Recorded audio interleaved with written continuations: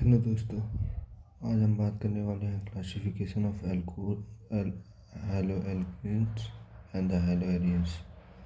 जैसे कि आप लोग जानते हैं कि हेलो एल्केन्स और हेलो एरियंस को क्लासिफाइड किया on the basis of number of hydrogen of atoms on the basis of compound containing sp3 मतलब जो कंपाउंड कार्बन का है उस पे sp3 के हाइब्रिडाइजेशन के बेस पे बात करेंगे, और on the basis of compound containing of sp2 bond. तो सबसे पहले हम बात करेंगे on the basis of number of hydrogen of atoms. Number of hydrogen of atom basis पे इस तरह से हो गया कि चाहे अल्काइल ग्रुप हो, एराइल ग्रुप हो, ठीक है, उससे कितना कितना हाइड्रोजन आके जुड़ता है उसके बेसिस पे हम उसको क्लासिफाइड कर रहे हैं मोनो हाइड्रोएल्केन्स, डाई हाइड्रोएल्केन्स एंड ट्राई हाइड्रोएल्केन्स। उसका एग्जांपल है, जैसे यहाँ पे एक हाइड्रोएल्केन्स आके जुड़ रहा है तो ये हो गया मोनो हाइड्रोएल्केन, और वहीं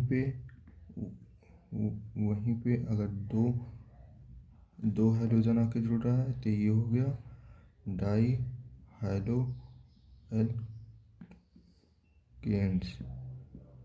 अगर यहाँ पे अगर यहाँ पे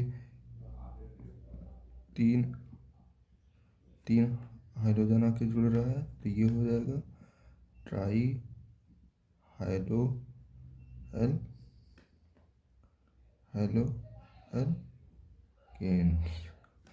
उसी तरह अब हम बात करेंगे एरोमेटिक कंपाउंड में, जिसे जिसे कहते हैं हाइड्रोएरिन्स।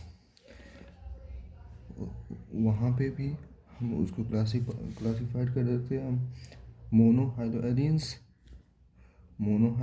में एक हाइड्रोजन होता है, इसे कहते हैं मोनो हाइड्रोएरिन्स। एरिन्स का मतलब होता है यहाँ पे एक एरोमेटिक कंपाउंड है, और यहाँ पे दो हाइड्रोजन आके जुड़ते हैं तो इसको हम लोग बोलते हैं डाई हाइड्रोएरिन्स। अगर एरोमेटिक कंपाउंड में तीन हाइड्रोजन आके जुड़ते हैं तो इसे बोलते हैं ट्राई हाइड्रोएरिन्स। उसी तरह on the basis of compound containing sp3, इसको हम फर्दर तीन ग्रुप में क्लासीफाई कर देते हैं। अल्काइल हैलाइड में, चाहे अल्काइल एल्केन्स में, चाहे अराइल हैलाइड में या बेंजाइल हैलाइड में। तो अल्काइल हैलाइड को हम फर्दर क्लासिफिकेशन करते हैं primary hydrogen, secondary hydrogen and tertiary hydrogen.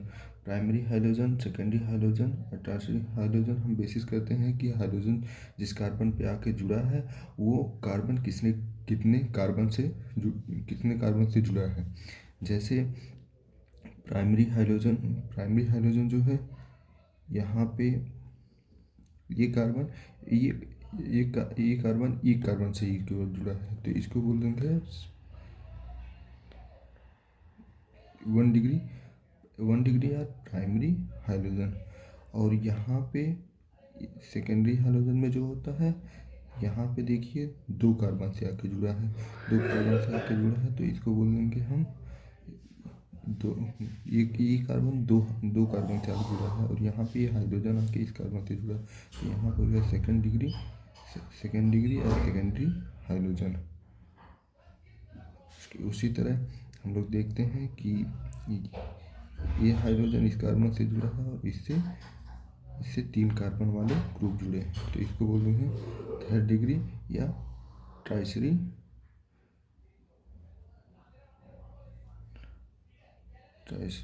Hydrogen. उसी तरह हम लोग बात करते हैं एलाइलिक हाइलाइड उसे बोलते हैं कि उसके जहाँ पे भी जिस कार्बन से भी हाइड्रोजन आके जुड़ रहा है उसके अल्टरनेट क्या होना चाहिए, डबल बॉन्डेड वाला कार्बन प्रेजेंट होना चाहिए, उसे हम बोलते हैं एलाइलिक हाइलाइड। उसी तरह हम अगर एक रिंग में देखते हैं तो इसमें भी एक जिस कार्बन पे हाइड्रोजन आके जुड़ा है उसके अल्टरनेट एक डबल बॉन्ड वाला कार्बन होना चाहिए। उसी तरह हम देखते हैं बेंजाइलिक हाइलाइड। बेंजाइलिक हाइलाइड में ये होता है कि यहाँ पे एक एरोमेटिक कंपाउंड होता है, एरोमेटिक कंपाउंड से एक CH2 ग्रुप से हाइड्रोजन आके जुड़ता है। अगर ये डायरेक्टली इससे बेंजीन आके जुड़ गया तो बेंजाइलिक हाइलाइड नहीं होगा। इस चाहे ये हो गया 1 डिग्री। इसी तरह हम देखते हैं कि बेंजाइलिक हाइलाइड से ये हो गया कार्बन, उससे आके एक अल्काइल ग्रुप एक अल्काइल ग्रुप इससे आके ये जुड़ रहा। तो इसी तरह ये क्लासीफाइड हो गया 2 डिग्री एंड 3 डिग्री में क्लासीफाइड हो सकता है। हम बात करते हैं on the basis of the compound compound ship EsP2 EsP2 इसको फर्दर क्लासीफाइड कर सकते हैं वेनाइलिक हाइलाइड एंड एराइलिक हाइलाइड। वेनाइलिक हाइलाइड वो हाइलाइड होती है जो जिस कार्बन पे वो जुड़ा है वो पहले से ही डबल बॉन्ड में मतलब एल्कीन होनी चाहिए, उसे हम कहते हैं वेनाइलिक हाइलाइड। और उसी तरह हम एक एक रिंग में भी देख सकते हैं कि ये होता है जहाँ पे जुड़ा होता है और डबल बॉन्ड से जुड़ा होता है, तो इसे हम कहते हैं वेनाइलिक हाइलाइड। अब इसी तरह हम बात कर सकते हैं एराइलिक हाइलाइड। एराइलिक हाइलाइड वो होता है जो एरोमेटिक रिंग होता है, एरोमेटिक रिंग से अगर डायरेक्टली हाइड्रोजन आके जुड़ता है तो उसे एराइलिक हाइलाइड कहते हैं।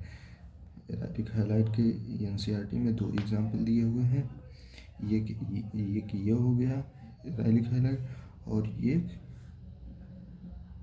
हो गया। ये हो आप लोग को समझ में आया होगा। एक बार फर्दर हम रिवीजन करवा देते हैं। ये on the basis of hydrogen of atoms हम क्लासिफाइड कर सकते हैं मोनो हाइलाइड, जहाँ पे RX